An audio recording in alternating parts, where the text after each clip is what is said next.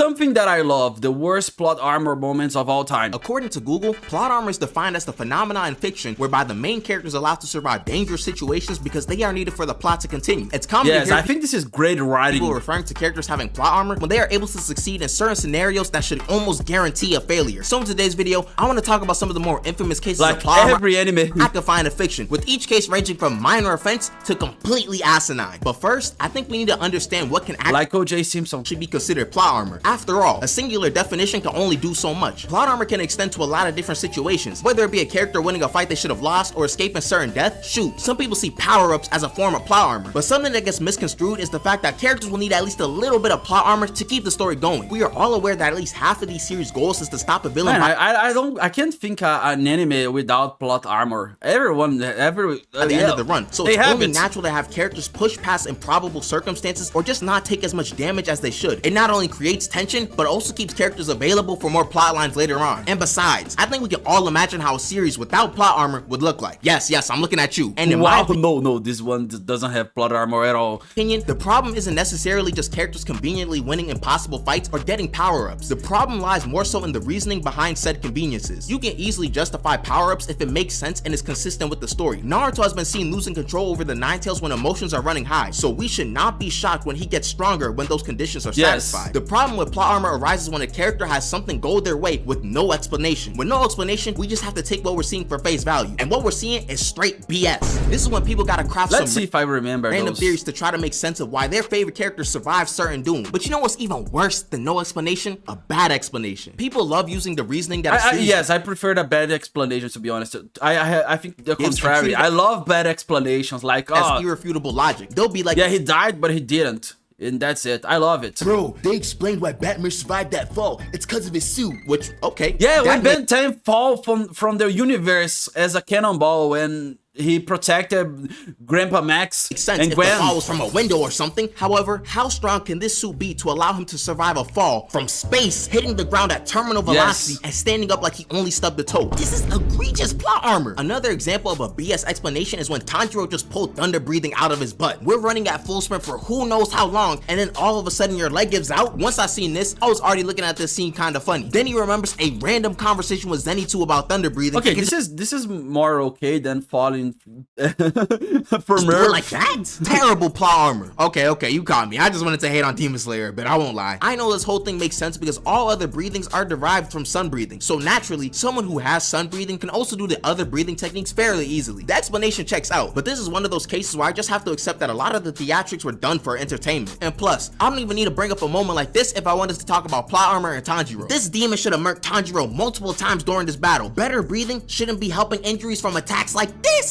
But that's neither here nor there. I can ignore these moments because they are ultimately I think this is very hard, but the Tanjiro is so strong. I don't know for the series and aren't really plot bending. It's a bit harder to ignore the plot armor of someone like Reiner from Attack on Titan. I feel like it was established fairly early on that he wasn't like that when it comes to the Titan shifters. Eren was beating him in their first fight and was going to actually win if not for Burrito's interference. Seeing him get dog walked by Eren, who wasn't even that experienced at that point, was enough for me to realize that Reiner was not built for any of these battles for real. And it turned out that those thoughts were not even headcanon. He was dead, not even meant to be on this mission. So anytime I see him have a near-death experience, I just kind of roll my eyes. His existence after the second season is okay. I have to say this. I didn't watch Attack on Titan. I know it's the most famous anime, and I didn't watch it. But I have to. What a terrible frame to pause his ass.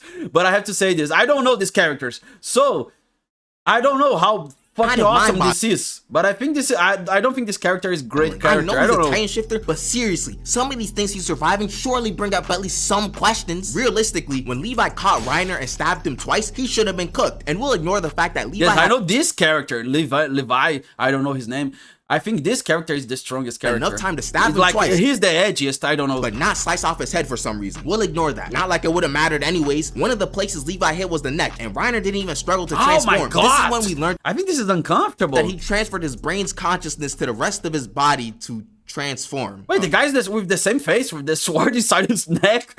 He doesn't care. And he does it again when he's able to regenerate after his head. Yeah, bro, I think you need to rest for a week, I think. Gets blown off. I mean, like, sure, it's explained, and it's not really a bad explanation either, and Loki just feels like we really need Reiner to survive, so let's let him have this one thing so he doesn't get absolutely cooked in these battles. But fine, whatever, I can get over myself. But this type of stuff happens so often throughout the series for him. People even meme him by calling him the plot armor titan. It feels like Reiner's whole existence has been him being unable to die. Oh yeah, that's right. Jaden, that's kind of like one of the main points of his character. Still plot armor though. Another wild case of plot. Okay, now I know what I'm seeing here. Armor was this scene. It's absurd. Crocodile. He I feel died. like this is one of the more blatant examples of a character having plot armor. Luffy was no match for Crocodile. Crocodile was untouchable in this fight. Literally, this fight was honestly just a showcase for all of Crocodile's abilities. This was the first fight Luffy straight up lost, and he got stabbed in the torso because of it. And what did we even expect? I think this is the worst time.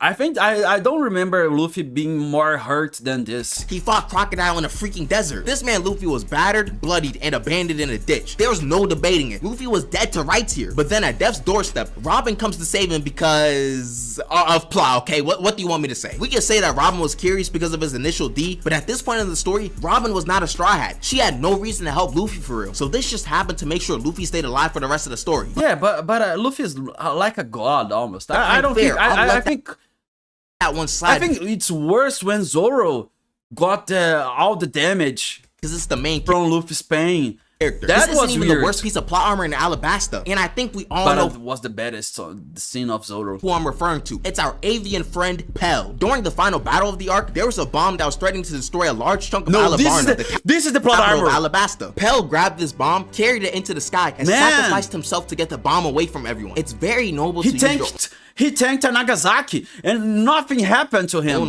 He was okay after that. If thousands of others went, what? Is this a flashback or something? Why is he still alive? Yes, and his clothes is the same. His clothes are the same. Someone's air fryer at this point. The bomb didn't even destroy his clothes. The only way the bomb could have had a cleaner hit on him is if he ate the dang thing. Mind you, this bomb was getting hyped up a lot throughout the last parts of the arc, and Pell just comes out of it unscathed, no explanation. Yes. I dare one of you guys to give me a good explanation as to why someone could survive this. And I'ma tweak out if someone talks about him being a peregrine falcon. And before I get into one of the main perpetrators of having plot armor, if you're enjoying this video so far and you're new, you might as well subscribe.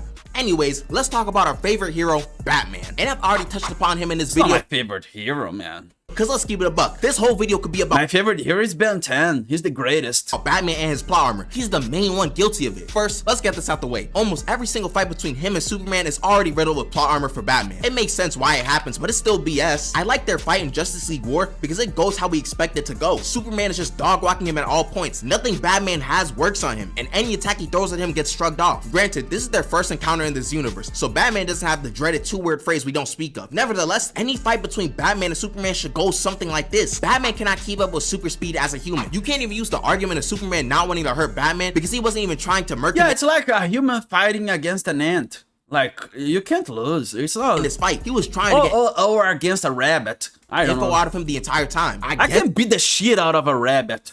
We just forget Superman has super speed or something. He doesn't even need to knock out Batman. He can just incapacitate him in the blink of an eye. Kryptonite should barely be a factor too unless Superman gets snuck with it. There's no way a simple rocket power punch is knocking down Superman like this. Batman's plot armor also extends past Superman to other powerful beings as well. Remember that one time Batman one-shot Sinestro with the Batarang? Don't rewind, you heard what I said. Remember that one time Sinestro, one of the strongest members of the Lantern Corps, got knocked out in one hit by a Batarang. What the heck is this thing made of? The most powerful weapon in the I didn't know this. This is the universe strongest. Can be countered by a freaking boomerang shaped as a bat. I'd argue that superhero media like Marvel and DC are even more guilty of plot armor than anime. Like, you'll see a regular person like the Punisher who bleeds the same way as you and me, beating up people like Doctor Doom and Wolverine, cause that makes sense. With that type of plot armor, give me 5 months and a bunch of weapons and I'll beat the fan. You see in Teen Titans, Robin being as strong as Raven. Like, Raven, come on. It's unfair, Raven being like compared to Robin. For by myself. Moving back to anime, we have one of the more infamous examples of plot armor, Killer Bee versus Sasuke. Let's get this out the way. Sasuke probably should have lost this fight. This fight was one of the most disrespectful and embarrassing L's for a character I've ever seen. Killer Bee was impaling Sasuke, writing rhymes, and clowning his entire crew. Writing rhymes is the best. He was dissing him. Arnie weren't there to heal him. Sasuke obviously would have been packed up way earlier. Even when Sasuke caught Bee in a genjutsu, Bee just got up and hit Sasuke with a lightning lariat. And saying this attack did major damage is an understatement. statement. Sasuke's neck, organs, and chest were all severely injured. But after getting healed yet again, Sasuke gets up and uses Amaterasu to win the fight. Just like that. Sasuke was dead to rights like 3 times in this fight, but he somehow wins? Nope, nothing suspicious going on over here. Like, this isn't even me trying to call. It's so weird because Sasuke won against the 5 Kages. I think this is more bizarre than that. Weak. There just should have been another way to showcase Killer Bee's strength without Sasuke dapping up the Grim Reaper every 5 minutes. The way it was done originally makes it look like Sasuke has crazy plot armor. Switching up the media again, I want to look at a popular movie series that is riddled with plot armor. It's the Karate Kid series. The Mr. Miyagi meat writer himself, Daniel LaRusso, should have lost. Okay, I have to confess something. Sorry, I've never watched it.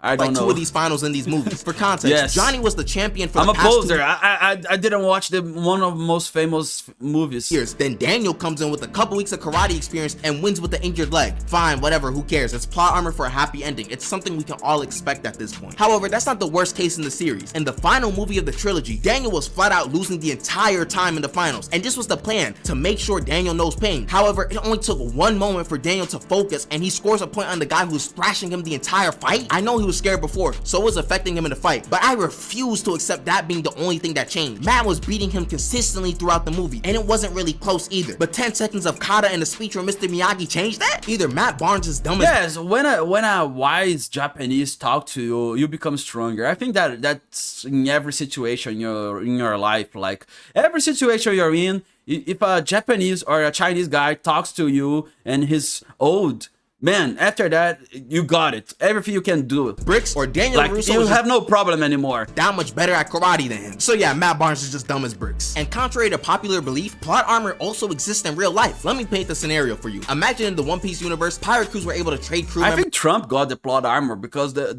he could like dodge the bullet. I think this is plot armor Between each other. Imagine after Wano, after Luffy just beat one of the Emperors of the Sea in Kaido, Zoro looks at him and says to himself, yeah, I don't think this guy can lead us anymore, so I'm gonna send him somewhere else. And then in the middle of the night, Zoro talks to Shanks of all people and trades Luffy for Ben Beckman without telling any of the other Straw Hats. He also just throws Usopp in the trade because why not? What I've just described to you is the best analogy I can think of when explaining the Luka Doncic trade in anime terms. The trade makes no sense and there's no justification for it besides plot armor. It's the only thing that can make sense. I'd also say that character revivals. Yeah, I don't know anything about sports. Sorry, I'm a loser. I'm a lazy guy. I don't know anything about sports. Depending on the circumstances. This rings true even more when there's no good explanation as to why it happened. Guess which series I'm gonna use? Just guess. Ding ding ding ding ding. It's The Flash. For context, Iris West just dies because Barry hits her with Speed Force Lightning. I would say it's a long story, but that's just what happens. So she should be out of the Wait, is this Kamala Harris? I don't know. Story at this point, right? Apparently, she's one of the ones who can just choose not to be dead anymore. That's the only explanation to give you. That's it. Since she's not supposed to be dead, she can just be like, no, and come back to life.